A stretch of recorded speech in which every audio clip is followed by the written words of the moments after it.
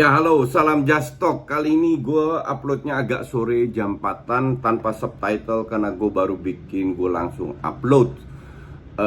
Kenapa gue sore? Nanti jam 6 gue akan live tampil di di akun R66 Media dengan Helmi Yahya. Jadi kita pertama kali live karena ini agak ada banyak breaking news terutama soal Ronaldo, maka dari itu kita ambil kesimpulan ya udah kita live aja hari Senin. Biasanya kan kita tampil hari Jumat.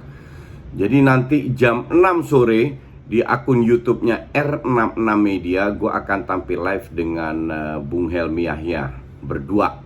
Oke, bahas Cristiano Ronaldo, MU dan lain-lainnya. Dan yang paling updated lah. Terus habis itu gue langsung ke DPI live juga jam 8 di DPI seperti biasa jam 8.9. Jadi hari ini 2 live, maka dari itu videonya gue bikin sekarang sebelum gue jalan ke studionya R66. Gue mau bahas update 3 liga IPL, sebenarnya bukan IPL, MU aja, terus Serie A dan La Liga. Nah kemarin gue nonton MU sampai gue tanya di grupnya Peluit Panjang, kalian ngantuk gak sih? Kalau gue agak ngantuk karena ya mungkin ekspektasi gue terhadap MU cukup tinggi, dalam arti ya pemain hebat semua, apalagi Varane main, Sancho main. Gue berharap ya mendapatkan sajian sepak bola yang menarik. Gue nggak peduli tim mana yang main, gue selalu pengen lihat permainan sepak bola yang menarik. That's why gue nonton bola. Kalau nggak menghibur, gue nggak mau nonton. Akhirnya ujung-ujungnya naik turun juga. Kok naik turun? Akhirnya ujungnya gue ganti-ganti lah. Tapi kemarin pertandingan itu sebenarnya nggak jauh beda dari matchnya lawan Southampton. Cuman lawan Southampton tidak ada pemain yang bisa mencetak gol kemenangan.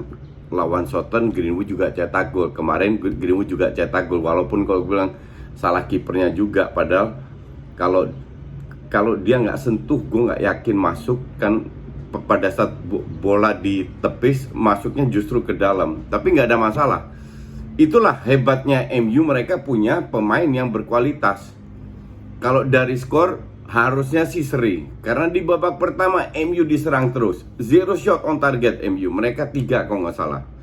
Kalau orang lihat, loh kok ball posisinya lebih banyak MU, 5-3 banding 7. Iya, karena pada saat MU pegang bola mereka berusaha untuk membangun serangan, sementara Wolves kalau dapat bola lebih direct permainannya, sehingga dengan ball possession lebih sedikit mereka lebih bisa menciptakan banyak peluang. Ini karena Wolves bapuk aja ya, passingnya sering ngawur, end passing akhir ngawur, terus finishingnya jelek banget.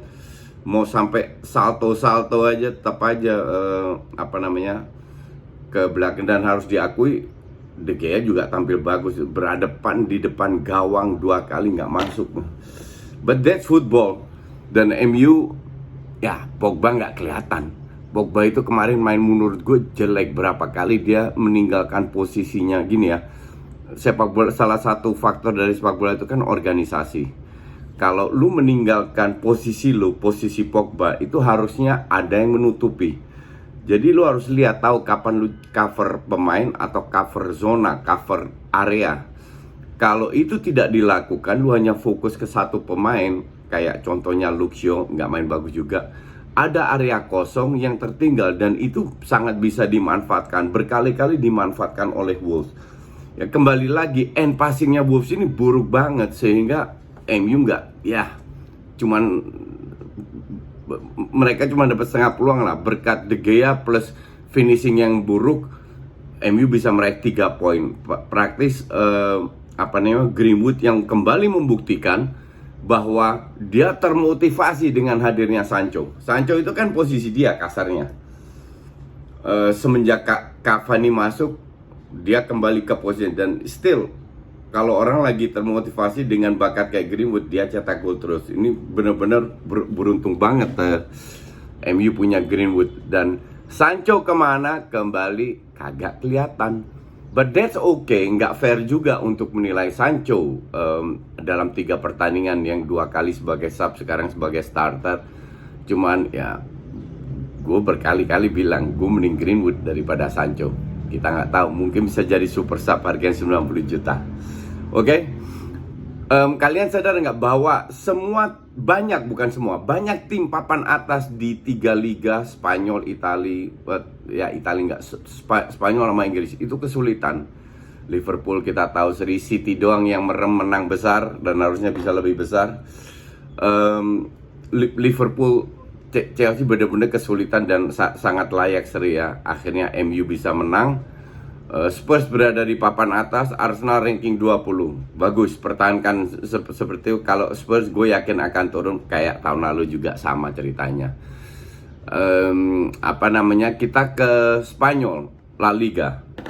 Barca terseok-seok dapat 3 poin. Oke, kenapa hanya begitu? Karena banyak penyerang cedera. Oke. Yang pada saat pemain jelek, Koeman nggak punya pilihan selain memasukkan pemain muda. Griezmann kemarin nggak kelihatan sama sekali. Tiap kali passing atau tiap kali pegang bola gatot. Mau gantiin siapa? Pada saat semua fit, Coutinho, Aguero, Dembele, Ansu Fati masuk, di situ harusnya Barca bisa bermain bagus dan menang, on fire terus lah, kasarnya begitu. Cuman kemarin Braithwaite itu kan hancur-hancuran. Emerson dari pertama gue lihat dia main, dia bilang ini pemain katro, dan kemarin dikasih kesempatan sebagai starter katro juga. Akhirnya diganti sama Dest. Yang lain Busquets ya kelihatan agak lambat ya. Cuman secara overall, apalagi nggak ada Pedri, si Roberto yang main. Kalau dia nggak cetak gol nggak kelihatan juga. Nah, jadi Barca ini harus sabar dulu lah. Untung ada Depay sama De Jong yang bisa memberikan nilai beda. Kalau nggak ada itu ya mungkin bisa kehilangan poin. Sabar dulu sampai saya 1 bulan lah, sampai atau setelah international break, sampai pemain-pemain ini balik. Pedri itu diberi istirahat, nggak diseleksi juga untuk timnas Spanyol, makanya ntar akan balik lagi. Jadi harusnya mulai September on fire lagi. Terus apalagi kalau Aguero udah balik. Terus Madrid juga kemarin keteteran berkat 1 gol. Mereka nyerang terus, mengincar counter seperti biasa, nggak tembus-tembus juga. Akhirnya menang. Atletico yang beruntung, ketinggalan 2-1 di menit 94 dapat gol bunuh diri. Gol itu kipernya Villarreal tolol bener. Udah lihat ada pemain lu di situ, ngapain lu masih geser ke kiri? Nggak habis pikir gue sama kiper kayak gitu. Tapi ya sudahlah. Gue nggak tahu apakah kipernya sama, kayaknya beda dengan yang menang adu penalti lawan MU. But anyway, kemarin gara-gara itu ATM bisa dapat 1 poin. Kalau nggak di kandang kalah 1-2. ATM gitu nyerang Villarreal, bertahan. 0 shot, 0 on target, 0 off target. ATM di babak pertama tiba-tiba sudah 3-4-5. Tapi di peluang pertama mereka dapat gol langsung. Nah, inilah juga sepak bola. Nggak bisa kita bermain bagus untuk menang. Kadang bermain jelek kayak MU lah. Itu tipikal pemain tim yang punya banyak pemain hebat berkualitas, pasti ada satu yang membuat membeda. Tapi MU nggak bisa main kayak gini terus, karena next time belum tentu Greenwood on fire lagi. Terus itulah liga, dalam arti mereka akan terseok-seok dulu. Cuman sekarang di awal-awal musim, pada saat masih banyak cedera, yang penting 3 poin dulu. Habis itu pelan-pelan bangun, bermain bagus dan lainnya akan menjadi seru. Itulah liga. Sevilla pun juga seri. Serie A karena baru 2 match ya. Kemarin tim kayak AC Milan on fire, Roma, tapi lawannya juga cupu-cupu. Jadi sama sekali nggak bisa jadi parameter. Yang cupu kalah di kandang itu ya Juve. Kenapa Juve? Karena Juve kembali lagi, lo mau ganti. Gue bilang dari dulu, gue bilang Allegri bukan pelatih jelek, tapi hebat juga enggak. Dapat kualitas pemain yang sama, minus Ronaldo, selesai. Berapa peluang yang didapatkan Juve sebenarnya? Nggak banyak juga. Dan kan gue bilang, masalah di Juve itu lini tengah. Kemarin yang main Danilo, DM, Rabiot sama Bentancur, udah selesai itu barang.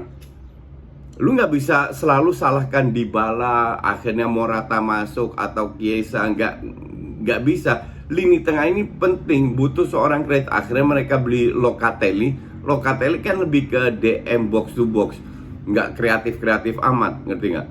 Atau menyulap Dybala sebagai playmaker false nine, karena mereka udah beli